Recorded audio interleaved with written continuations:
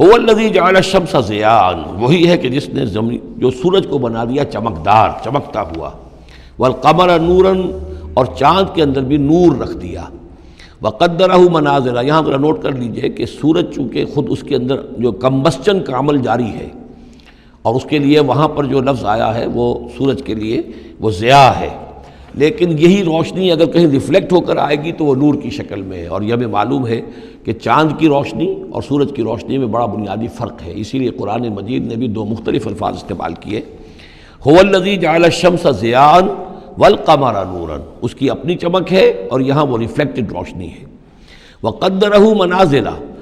اور اس نے اس چاند کی منزلیں مقرر کر دیں، لتعلموا عدد السنین والحساب، تاکہ تم گنتی کر سکو برسوں کی اور حساب کر سکو۔ ما خلق اللہ ذلک الا بالحق، اللہ نے یہ سب کچھ پیدا نہیں کیا مگر حق کے ساتھ۔ یہ ایک سنجیدہ تخلیق ہے، یہ ایک بامقصد تخلیق ہے، ایک نتیجہ خیز تخلیق ہے۔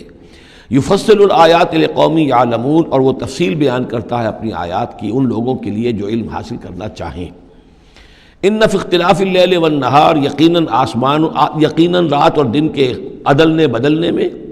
وما خلق اللہ فی السماوات والارض، اور جو کچھ اللہ نے بنایا ہے آسمانوں میں اور زمین میں، لا آیات لقوم یتقون، یقین نشانیاں ہیں ان لوگوں کے لیے کہ جن کے اندر کچھ خوف ہے، کچھ تقویٰ ہے، جن کی اخلاقی حس بیدار ہے۔